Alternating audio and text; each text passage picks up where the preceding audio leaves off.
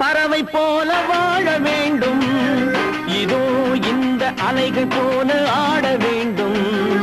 ஒரே வானிலே ஒரே மண்ணிலே, ஒரே வானிலே ஒரே மண்ணிலே, ஒரே கீதம் உரிமை கீதம் പാടുவோം. വോട്ട് വഴിയിൽ ഇടുക്കി ജില്ല UDFന് മേൽക്കൈയുള്ള ജില്ലയാണെങ്കിലും ചില ഘടകങ്ങളുടെ സ്വാധീനം ഇക്കുറി പ്രകടമാണ്. തൊഴിലാളി സംഘടനകളെ തള്ളി തോട്ടം തൊഴിലാളികൾ സംഘടിച്ചത് SNDPയുടെയും ഹൈറേഞ്ച് സംരക്ഷണ സമിതിയുടെയും സാന്നിധ്യം ഈ ഘടകങ്ങളെല്ലാം ഇക്കുറി പ്രതിഫലിക്കുമെന്നാണ് വിലയിരുത്തൽ.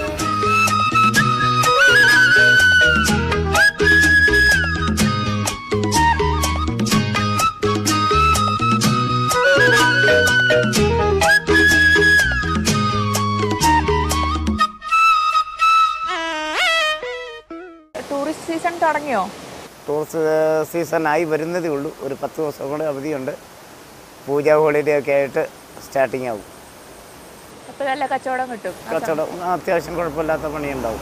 ഇപ്പം എങ്ങനെ ഈ തെരഞ്ഞെടുപ്പൊക്കെ വരികയാണല്ലോ, ഈ പഞ്ചായത്ത് എങ്ങനെ എല്ലാ ആവശ്യത്തിനുള്ള വികസനമൊക്കെ ഉണ്ടോ? വികസനം എന്ന് പറഞ്ഞു കഴിഞ്ഞാൽ ഇപ്പോൾ കുറച്ചൊക്കെ വികസനമുണ്ട്. അതിലേറെ ഇപ്പോൾ നമ്മുടെ ഇവിടെ ഇന്നിപ്പോൾ രാഷ്ട്രീയം എന്ന് പറയുന്നത് നല്ലൊരു ബിസിനസ് മാർക്കറ്റിംഗ് ആണല്ലോ നടക്കുന്നത് രാഷ്ട്രീയത്തിൽ. അത് ഏത് രാഷ്ട്രീയ പാർട്ടിയാണെങ്കിലും ശരി. പിന്നെ ഇന്നിപ്പോൾ നമ്മുടെ രാജ്യത്തെ സ്നേഹിക്കാതെ ഏറ്റവും കൂടുതൽ മതത്തെ സ്നേഹിക്കുന്ന ഒരു സമൂഹമായിട്ട് വന്നു. അതിന് കുറേ മതമേലധ്യക്ഷന്മാരുണ്ട്. അവരുടെ വാക്കുകൾക്ക് മുന്നിൽ എല്ലാം കേട്ട് അതിനു വേണ്ടി കുമ്പസാരിച്ചുകൊണ്ടിരിക്കുന്ന ഒരു ജനതയാണ് ഇപ്പോഴത്തെ ഉള്ളത്. നമ്മുടെ നാടിനെ സ്നേഹിക്കുന്നതോ മനുഷ്യനെ സ്നേഹിക്കുന്ന ജനതയില്ല. വോട്ട് ചെയ്യാറുണ്ടോ എല്ലാ തെരഞ്ഞെടുപ്പിലും? വോട്ട് സമയം കിട്ടിയാൽ ചെയ്യും. ഇന്ത്യ അത്ര നിർബന്ധമൊന്നുമില്ല. ജനാധിപത്യത്തിൽ വിശ്വാസമില്ല?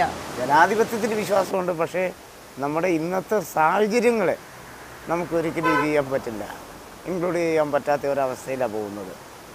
അതിപ്പോഴേ രാഷ്ട്രീയം എന്ന് പറയുന്നത് ശരിക്കും കച്ചവടമായി മാറി. ഏത് മേഖലയിലെടുത്താലും നമ്മുടെ സമൂഹത്തിന് ആവശ്യപ്പെട്ട ഒരു ഇതിലേക്ക്. പിന്നെ ഉദ്യോഗസ്ഥ വൃന്ദങ്ങളുടെ ഒരു താന്തോന്നിത്തരം തന്നെയായി നമ്മുടെ നാട്. കാരണം കൈക്കൂലിയും അഴിമതിയും കരിഞ്ചന്തയുടെയും ഒരു കൂടാരമായി മാറിയിരിക്കുകയാണ്. ആരെയും ചോദ്യം ചെയ്യാൻ പറ്റാത്ത ഒരവസ്ഥ. അതുകൊണ്ട് വോട്ട് ചെയ്യാൻ തോന്നണില്ല, മനസ്സിനൊരു ഇതില്ല. ഈ തെരഞ്ഞെടുപ്പിന് വോട്ട് ചെയ്യോ? തദ്ദേശ തെരഞ്ഞെടുപ്പ് നമുക്ക് തോന്നിയാൽ ചെയ്യും എന്നുള്ള അല്ലാതെ അതിനെ കുറിച്ച് ഷാർപ്പായ ഒരു ഇതില്ല. കാരണം മടുത്ത് രാഷ്ട്രീയം എന്ന് കേൾക്കുമ്പോൾ തന്നെ ഒരു മനുഷ്യനെ സ്നേഹിക്കുന്ന, ഈ രാജ്യത്തെ സ്നേഹിക്കുന്ന ഒരു വ്യക്തിക്ക് ഒരിക്കലും വോട്ട് ചെയ്യാൻ തോന്നില്ല. എനിക്കെന്നല്ല ആർക്കാണെങ്കിലും.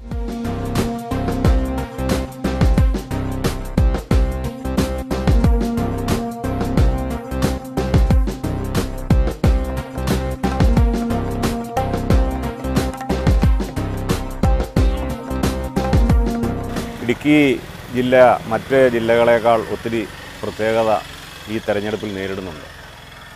അതിൽ പരമപ്രധാനമായിട്ടുള്ളത് UDF LDF സംവിധാനത്തോട് ജനങ്ങൾക്കുണ്ടായ മടുപ്പാണ്. ആ മടുപ്പിൻ്റെ ഉദാഹരണമാണ് തോട്ടം മേഖലയിലെ ട്രേഡ് യൂണിയനുകളുടെ തകർച്ച. തോട്ടം മേഖലയിലെ ട്രേഡ് യൂണിയനുകൾ കൊണ്ട് വളർന്നു വന്നതാണ് കോൺഗ്രസും CPM-ഉം CPI-യും ഒക്കെ ഹൈറേഞ്ചിൽ. അത് ഇപ്പം മൂന്നാർ പഞ്ചായത്തിൽ തീർച്ചയായിട്ടും ഇവരുടെ മൂന്നാർ പഞ്ചായത്തല്ല, മൂന്നാർ പഞ്ചായത്ത്, പള്ളിവാസൽ പഞ്ചായത്ത്, ദേവികുളം പഞ്ചായത്ത് തുടങ്ങിയ പഞ്ചായത്തുകളിൽ ഇവരുടെ സ്ഥാനാർത്ഥികൾ വരും.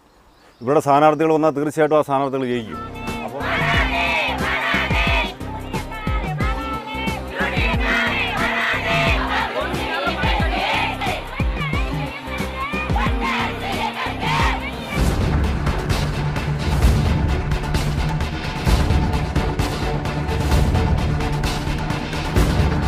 തൊഴിലാളി സംഘടനകൾക്ക് വലിയ തിരിച്ചടി നേരിട്ട സംഭവമാണ് തോട്ടം മേഖലയിലെ സ്ത്രീകൾ പെൺ ഒരുമൈ എന്ന പേരിൽ മൂന്നാറിൽ സംഘടിച്ചത്.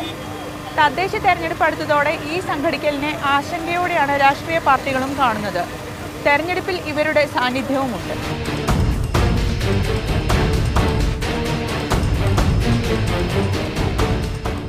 പെൺ ഒരുമയ്ക്ക് നേതൃത്വം നൽകിയ ഗോമതിയും ലിസിയുമാണ് കൂടെ. എങ്ങനെയുണ്ടായിരുന്നു ഈ സമരത്തിന്റെ ഒക്കെ ഒരു അനുഭവം? எங்களுக்கு நல்ல திருப்தி இல்லை. சம்பளம் 301 தான் கூட்டியிருக்காங்க. நல்ல திருப்தி இல்லை. நாங்கள் நடு ரோட்டில் உட்காந்துருக்கு. எங்களுக்கு நல்ல முடிவே கிடைக்கல. இல்லை நல்ல முடிவே கிடைக்கல. தற்காலிகமாக இன்றைக்கி சமரத்தை நிப்பாட்டுறதா தீர்மானிக்கிறோம். தற்காலிகமாக நிப்பாட்டுறோம். இனி 4ஆம் தேதி சர்ச்சை நடக்கும். சர்ச்சைக்கு அப்புறம் பார்த்துக்கலாம். பின்ன லிசி கோமதி ராஜேஸ்வரி எல்லாம் பிரிஞ்சுட்டாங்கன்னு சொல்லி கதை கட்டிக்கிட்டு இருக்காங்க. ஒரு காலம் நாங்கள் பிரிய மாட்டோம். குடும்பம்னா சண்டை வரும், சத்த வரும், எல்லாமே வரும். ஒரு காலம் நாங்கள் பிரிய மாட்டோம். இப்போ ராஜேஸ்வரி அக்கா சொன்னாங்க, எங்குள்ள நான் பிறந்த இடம் கோமதிக்கு விட்டு கொடுத்துருக்கேன்னு. எங்கள் அக்கா எனக்கு வேண்டி அவங்க நிற்கிற இடம் அது பிளோக்கு, அவங்க பிளோக்கு. அந்த இடத்த எங்கள் அக்கா எனக்கு விட்டு கொடுத்துருக்காங்க. இதுலேருந்து எங்கள் ஒத்துமை என்னன்னு நீங்கள் தெரிஞ்சுக்கோங்க, எல்லாரும் தெரிஞ்சுக்கோங்க. பின்ன ஏஐடிசியில் எனக்கு சீட்டு கொடுத்து தான் நான் நிற்கிறேன்னு சொல்லியிருக்காங்க. கிடையவே கிடையாது. நல்ல ஆம்பளைனா முன்னாடி வந்து பேசு. நல்ல ஆம்பளை பாட்டுக்கார முன்னாடி வந்து பேசு. கோமதிக்கு நாங்கள் தான் சீட்டு கொடுத்தோம் இத்தனை மக்கள் முன்னாடி சொல்லு. அவங்க என்ன சொல்கிறாங்களோ நான் ஏற்றுக்கிறேன். கண்டிப்பான முறைக்கு கோமதி கட்சி வாக்கில் போக மாட்டான். லிசி சேச்சி, ராஜேஸ்வரி அக்கா, கௌசல்யா, முனி அம்மா, ஜெயலட்சுமி அம்மா, ரேவதி, நிறைய பேருக்கு பேர் சொல்ல முடியல குறிப்பிட்டு. அவங்கெல்லாம் வந்தது தான் இந்த பெண் உரிமை. தனியா யாரோட முடிவும் கிடையாது. തെരഞ്ഞെടുപ്പിൽ ജയിക്കുമെന്ന് പ്രതീക്ഷയുണ്ട്. பெண் உரிமை எங்களெல்லாம் ஜெயிப்பாங்க.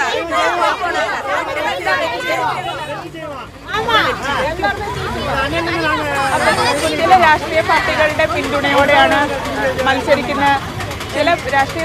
പിന്തുണയോടെയാണ് മത്സരിക്കുന്നത് എന്നുള്ള രീതിയിലുള്ള ആക്ഷേപം. അങ്ങനെ ഒരിക്കലുമില്ല.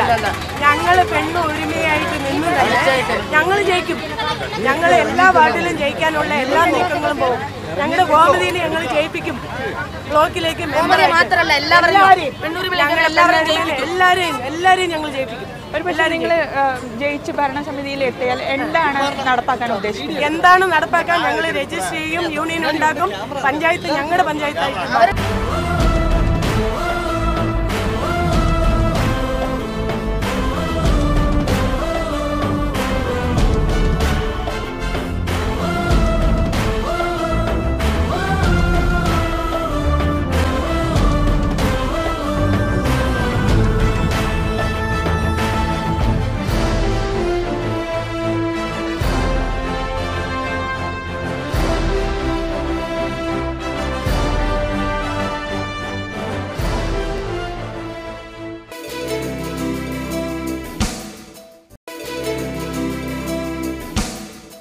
ഇത് മൂന്നാർ ഗ്രാമപഞ്ചായത്ത്.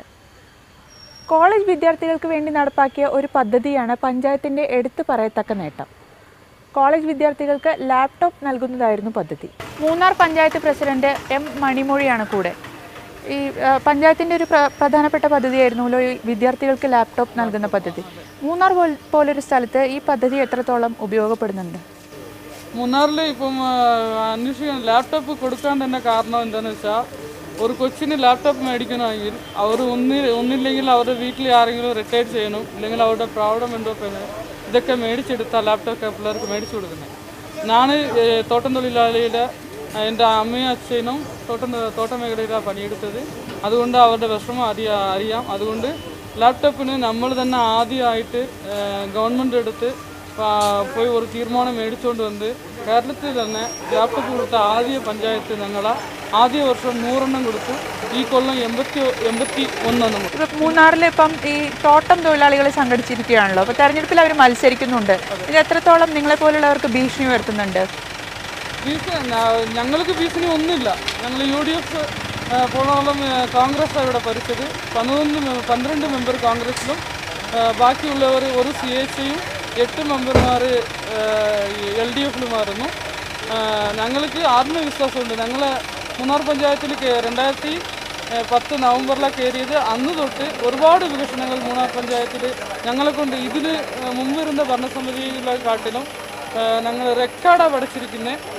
പുറത്ത് അന്വേഷിച്ചാൽ മാക്സിമം നിങ്ങളെ കൊണ്ട് അറിയാൻ പറ്റും. ഞങ്ങൾക്കുള്ള മൊത്തം ഞങ്ങളുടെ 21 മെമ്പറും ഒരു കുടുംബത്തെ പോലെ നിന്നുകൊണ്ട് ഒരുപാട് വികസനങ്ങൾ ചെയ്തിട്ടുണ്ട്. വ്യക്തിപരമായിട്ടുള്ള ആനുകൂല്യങ്ങൾ ജനങ്ങൾക്ക് എന്തൊക്കെയാ പഞ്ചായത്തെ കൊണ്ടുചെല്ലാൻ പറ്റുമോ അത്ര 90% നിവർത്തി ചെയ്തിട്ടുണ്ട്. അതുകൊണ്ട് ഞങ്ങൾക്ക് ഒരു പേടിയില്ല. ഇലക്ഷനെ നേരിട്ട് തന്നെ കാണും.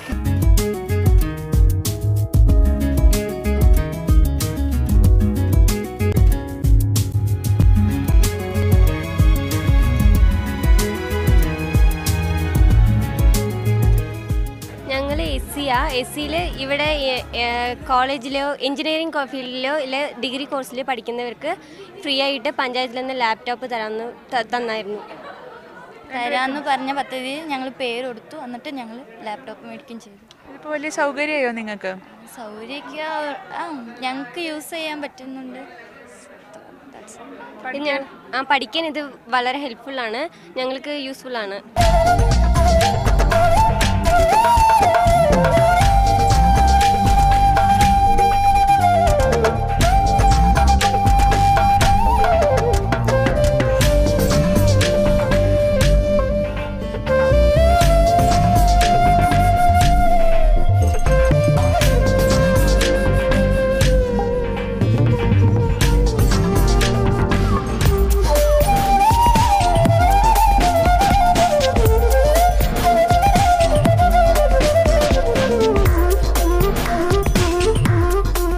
അടിമാലി ഗ്രാമപഞ്ചായത്തിലാണ് ഞങ്ങളിപ്പോൾ.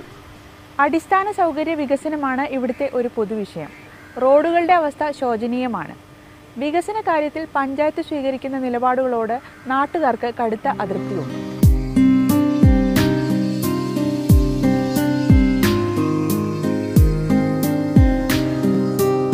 എങ്ങനെയുണ്ട് ഈ റോഡുകളുടെയൊക്കെ സ്ഥിതി? സ്ഥിതി എന്ന് വെച്ച് കഴിഞ്ഞാൽ ഇത് ഞാൻ പറഞ്ഞല്ലോ, ഇത് ആരോട് പറയാനാ? ആര് ജയിച്ചാലും നമ്മൾ പണിയെടുക്കണം. പിന്നെ ഇതിനകത്ത് വളരെ ദുഷ്കരമായിട്ടുള്ള യാത്രയല്ലേ? പിന്നെ അല്ലേ, ഇപ്പം ഞാൻ കോഴിക്കാക്കുടി സിറ്റിയിൽ നിന്ന് വന്ന വഴിയാണ്. അവിടെ ഇതുപോലെ എന്ന് ശരിയാവും? ഇതിലൊന്നും പഞ്ചായത്തിന് യാതൊരു താല്പര്യവും എന്നാ താല്പര്യം അല്ല. ഞാൻ ആദ്യം പറയാം, ഇതൊക്കെ ആരോട് ചോദിക്കാൻ? ആരെയും ഉത്തരവാദിത്തം ചെയ്യുന്നു? റോഡുകൾ എവിടെ നോക്കിയാലും വളരെ മോശമാണ്. ഒരു ഹോസ്പിറ്റൽ കേസ് വന്നാലോ എന്തെങ്കിലും അത്യാവശ്യത്തിന് വന്നാൽ പോകാൻ ബുദ്ധിമുട്ടും കാര്യങ്ങളൊക്കെയാണ്. അതിനെപ്പറ്റി ഒന്നും ഈ പഞ്ചായത്തിനൊരു അന്വേഷണ കാര്യങ്ങളൊന്നുമില്ല. അവർ അവിടെ കുറേ കോപ്പിൽ കട്ടറും പണിത് വെച്ചിട്ടുണ്ട്, എല്ലാം ചെയ്തിട്ടുണ്ട്. അല്ലാതെ ഈ ബാക്കി എന്തെങ്കിലും ഒരു നല്ല കാര്യം ചെയ്യാൻ നോക്കി കഴിഞ്ഞാൽ ഇവർക്ക് അതിന് സമയമില്ല. ഈ എലക്ഷൻ വരുമ്പോൾ മാത്രമേ ഇവർ ചിരിച്ച് കളിച്ചിട്ട് അങ്ങോട്ട് വരും. അല്ലാത്തപ്പോൾ ഇവർക്ക് അതിന് സമയം, അത് കഴിഞ്ഞ് പോയി കഴിഞ്ഞാൽ തീർന്നു. ബാക്കി ഇവർക്ക് അതിന് അത് അന്വേഷിക്കാനോ അതിന് സമയമൊന്നും ഇവർക്കില്ല. ഭയങ്കര പാടായി വണ്ടി ടൂ വീലറിൽ പോകാനൊക്കെ. ഇപ്പം മഴ പെയ്യാണെങ്കിലോ? മഴ പെയ്യാണെങ്കിൽ റോഡ് ഏതാണ് കൊള്ളം ഏതാണെന്ന് അറിയാനും പറ്റില്ല. നടു ഒടിയൂലേ ഇത് കൂടെ?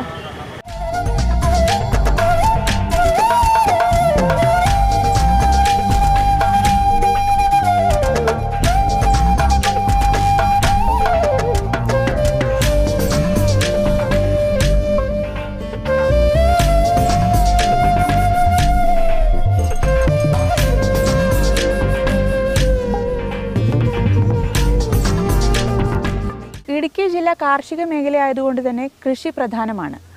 മലയോര കർഷകന്റെ പ്രശ്നം എല്ലാ കാലത്തെയും രാഷ്ട്രീയ വിഷയവുമാണ്. പച്ചക്കറി മുതൽ പഴവർഗ്ഗങ്ങൾ വരെ ഇവിടെ കൃഷിയുണ്ട്. കേരളത്തിൽ സ്ട്രോബെറി കൃഷി ചെയ്യുന്നത് ഇടുക്കി ജില്ലയിൽ മാത്രമാണ്.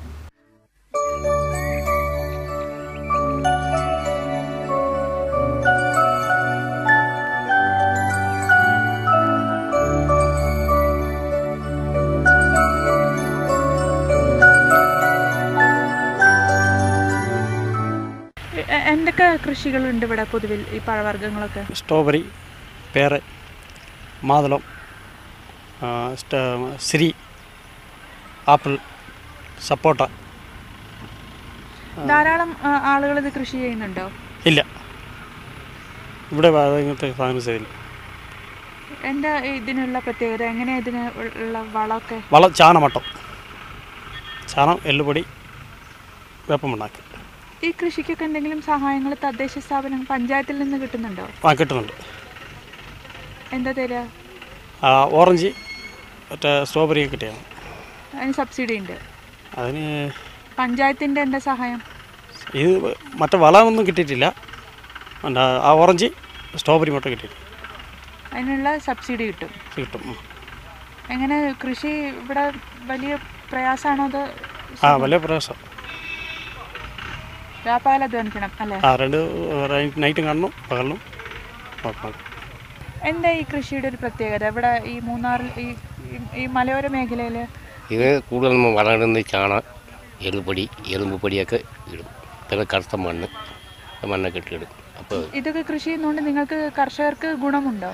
ഞങ്ങൾക്ക് ഇത് വച്ചവണ്ണം അപ്പനും പിടിക്കുന്നുണ്ട്. ഇവിടെ പട്ടുപോലെ പിടിക്കും. പഞ്ചായത്തിൻ്റെ സഹായം പഞ്ചായത്തിൽ വേറെ ഈ വിത്ത് മാത്രം കിട്ടില്ല, വേറെ ഒന്നും കിട്ടില്ല. ഇത് വളം ഇതും കിട്ടില്ല. അതാ. അപ്പോൾ നല്ല പ്രയാസമാണല്ലേ ഈ കൃഷി മുന്നോട്ട് അതെ അതെ, അത് മാത്രം കിട്ടുള്ളൂ, വേറെ ഒന്നും കിട്ടില്ല, വേറെ ഒരു സഹായം ഒന്നും കിട്ടില്ല പഞ്ചായത്ത്.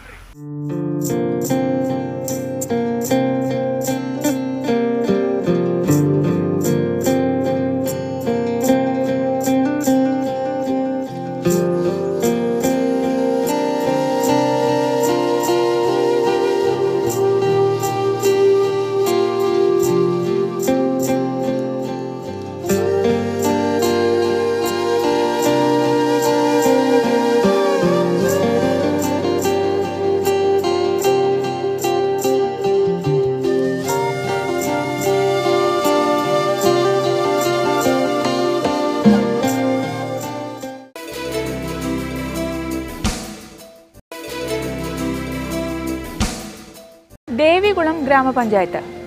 ഇവിടുത്തെ പ്രധാനപ്പെട്ട കുടിൽ വ്യവസായം ഹോം മെയ്ഡ് ചോക്ലേറ്റ് നിർമ്മാണമാണ്. മിക്കവാറും വീടുകളിലെല്ലാം തന്നെ ചോക്ലേറ്റ് നിർമ്മാണമുണ്ട്. പക്ഷേ ഇവർക്ക് കാര്യമായ സഹായങ്ങളൊന്നും തദ്ദേശ സ്ഥാപനങ്ങൾ ചെയ്യുന്നില്ല.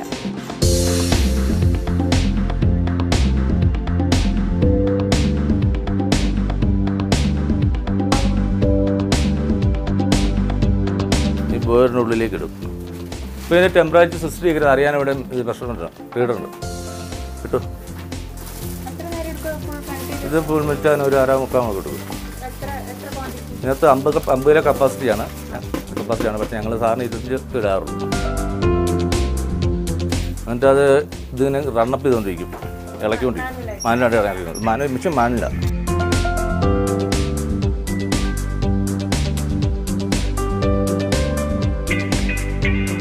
അതൊരു 10-25 മിനിറ്റ് കഴിയുമ്പോൾ മെൽറ്റായി തുടങ്ങും. മിഠായി കഴിക്കുമ്പോൾ ഒരു ഔട്ട്ലെറ്റ് ഉണ്ട്, സാഡ് അങ്ങ് മാറി ഇവിടെ പാത്രത്തിൽ.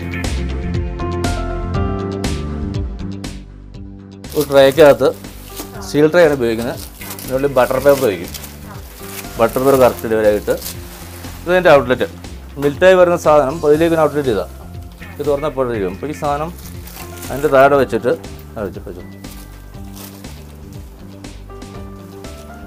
ഇത് ഓപ്പൺ ചെയ്യും. അതങ്ങനെ ഓപ്പൺ ചെയ്ത് കൊടുക്കും. അത് ഓപ്പൺ ചെയ്യുമ്പോൾ അതിലേക്ക് ലിക്വിഡ് വന്നുകൊണ്ട് എന്നിട്ട് കട്ട് ചെയ്യും. അതിനാവശ്യമുള്ള അതിന് ക്വാണ്ടിറ്റി നോക്കി എടുത്തിട്ട് സ്റ്റോപ്പ് ചെയ്യും.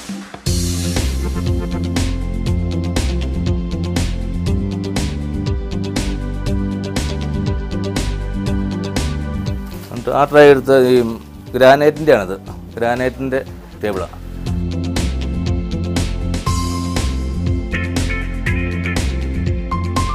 ഗ്രാനൈറ്റിൻ്റെ ടെമ്പറേച്ചർ വളരെ കുറവായിരിക്കും, ഓൾവേസ് ഒരു ബിലോ 20 ഡിഗ്രി ആയിരിക്കും. അപ്പോൾ അത് പെട്ടെന്ന് ഉണങ്ങാൻ എളുപ്പത്തിന് വേണ്ടിയാണ് ഉപയോഗിക്കുന്നത്. നോർമലി നമ്മളിതിനകത്ത് ഇത് പല ഫ്ലേവർ ആക്കുക. ബദാമിൻ്റെയാണെങ്കിലും ഇപ്പോൾ ക്യാഷ് കണ്ട് ക്യാഷ് കുറച്ചാദ്യം പൊടിച്ച് നമ്മൾ പൗഡറാക്കിയിട്ട് മിക്സ് ചെയ്യുന്നുണ്ട് കൂടെ, ടേസ്റ്റ് വരാൻ വേണ്ടി. പിന്നെ ഈ സാധനം ഗാർണിഷ് ചെയ്യും. അപ്പോൾ നമ്മൾ ഒരു ക്യാഷ് റിച്ച് എന്നൊക്കെ പറഞ്ഞാൽ വലിയ ക്യാഷ് ഇട്ടാണ് പക്ഷേ റിച്ച് എന്ന് പറയും.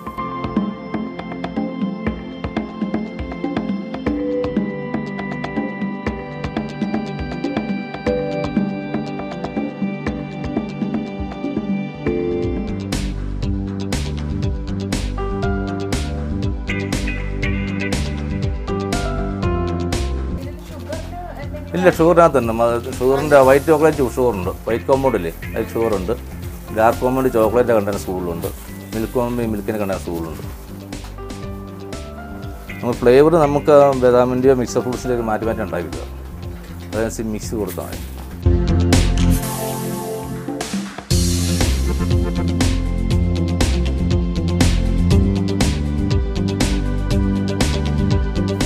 ഞങ്ങളിവിടെ ചോക്ലേറ്റ് ഒരു പ്രൗൺസ് കൊടുത്തിട്ടുണ്ട്. ഇവിടെ ചോക്ലേറ്റ് കൂടുണ്ടാക്കുന്നുണ്ട് ഞങ്ങൾ.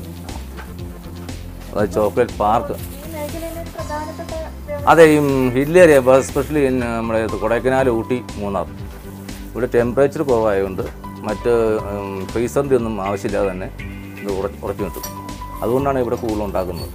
അല്ലെങ്കിൽ ഇപ്പോൾ താഴെ എറണാകുളമൊക്കെ ടെമ്പറേച്ചർ അബവ് 30 സ്ഥലത്തൊക്കെ ഫ്രീസർ വേണം. അപ്പോൾ അത് എക്കണോമിക്കലല്ല, ലാഭകരമായിരിക്കില്ല. അതുകൊണ്ടാണ് അവിടെ ചെയ്യാത്തത്.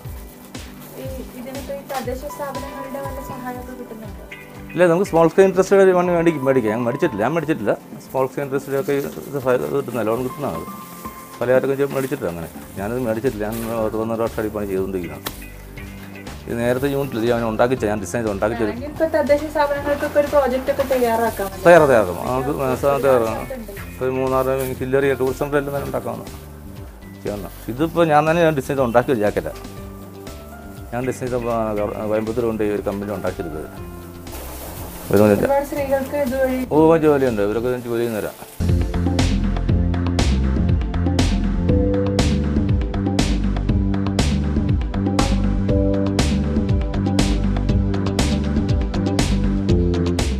ഈ പ്രദേശത്തുള്ള ധാരാളം സ്ത്രീകൾക്ക് ഇതൊരു വരുമാനമാണ്. എല്ലാം ഈ അടുത്തുള്ള സ്ഥലത്തുള്ള എല്ലാ പിള്ളേർക്കും പെൺപിള്ളേർക്ക് ഒരു നല്ലൊരു വരുമാന മാർഗം തന്നെയായിരുന്നു.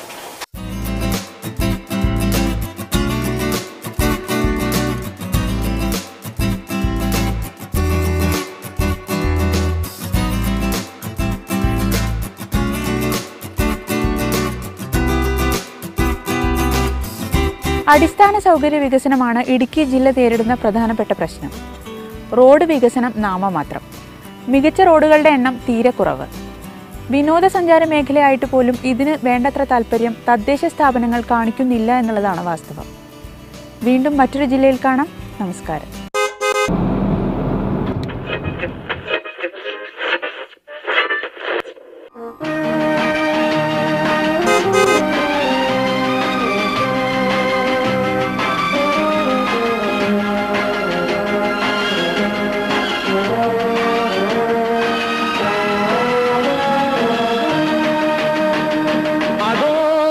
பறவை போல வாழ வேண்டும், இதோ இந்த அலைகள் போல ஆட வேண்டும். ஒரே வானிலே